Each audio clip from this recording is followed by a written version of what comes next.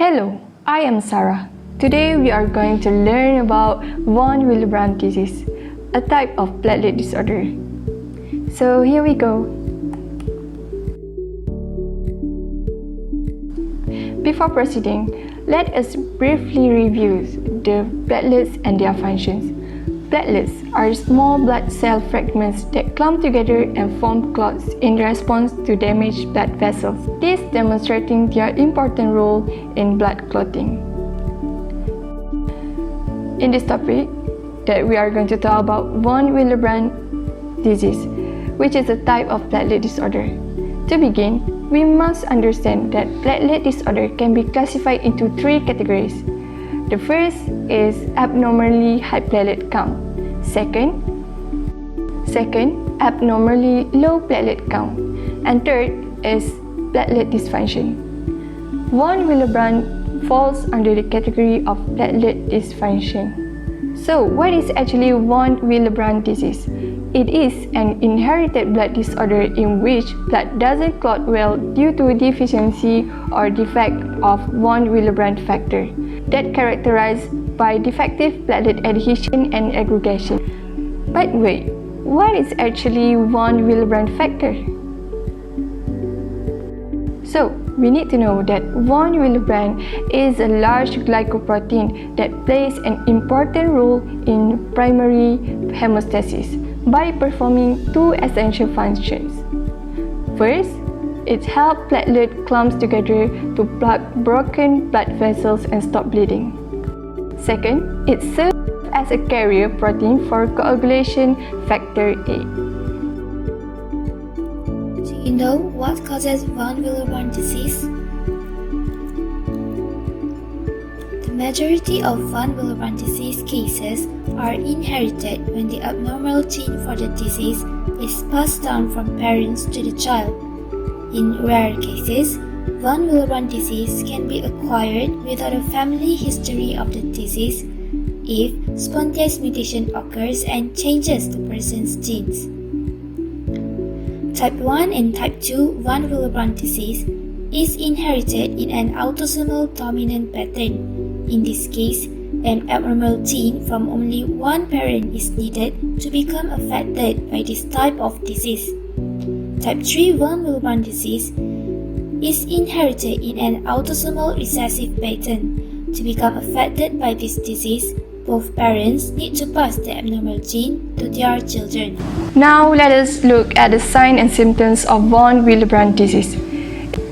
If you have von Willebrand disease, you are more likely to bruise easily, have excessive nosebleed, bleeding gums, heavy menstrual bleeding, and also experience prolonged bleeding, which is typically seen during skin cuts, surgery, dental work, and childbirth.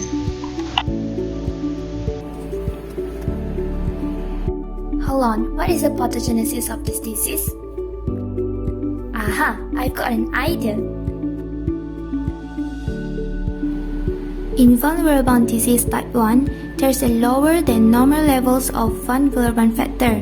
Since there is not enough von Willebrand factor in the bloodstream, the von Willebrand factor can work correctly, but the body needs more of it to adequately control bleeding. Since von Willebrand factor protects factor VIII from being destroyed, a low level of von Willebrand factor may also mean a lower level of factor VIII. Type 2 von Willebrand disease is the next common type.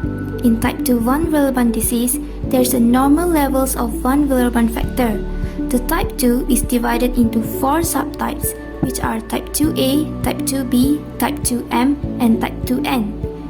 In both type 2A and type 2M, von Willebrand factor attach well to the subendothelial collagen and factor VIII. However, the binding of von Willebrand factor to platelets is impaired. Therefore, von Willebrand factor does not act as a glue to hold the platelets in place to plug a hole in a blood vessel. In type 2N, von Willebrand factor works well with both subendothelial collagen and platelets, but it poorly binds to factor VIII. As a result, factor VIII levels are low in the bloodstream. In type 2B, 1 Willebrand factor attached to the platelets in the blood when it is not supposed to, even when there is no injury.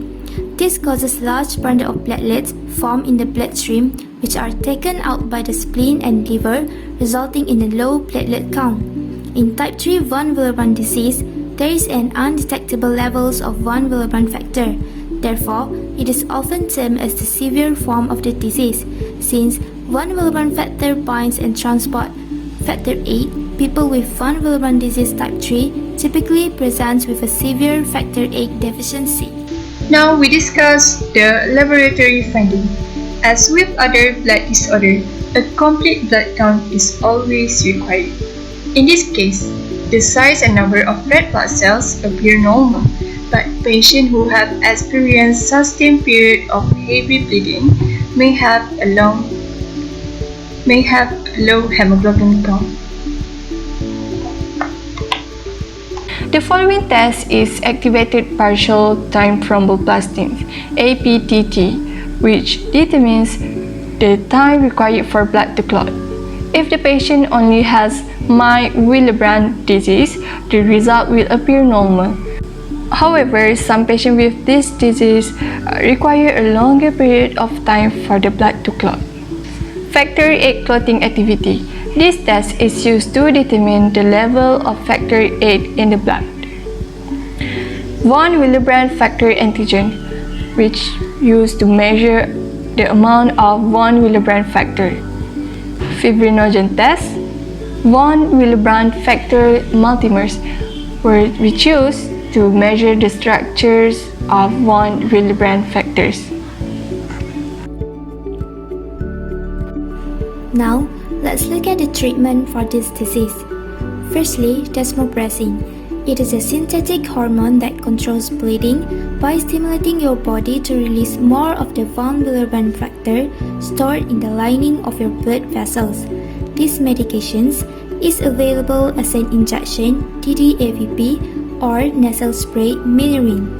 TDAVP is considered as the first treatment by many doctors for managing 1 Willebrand disease.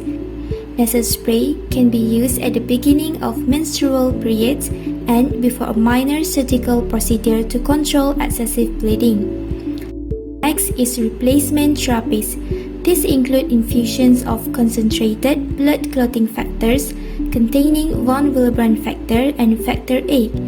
Another replacement therapy is a genetically engineered recombinant 1 Willebrand factor product. Because recombinant factor is made without plasma, it can reduce the risk of a viral infection or allergic reaction. For women, oral contraceptive can be useful for controlling heavy bleeding during menstrual periods. The estrogen hormones in birth control pills can boost 1 Willebrand factor and factor 8 activity. Other treatments include clot stabilizing medications. These antifibrinolytic medications, such as aminocaproic acid and tranexamic acid, can help stop bleeding by slowing the breakdown of blood clots.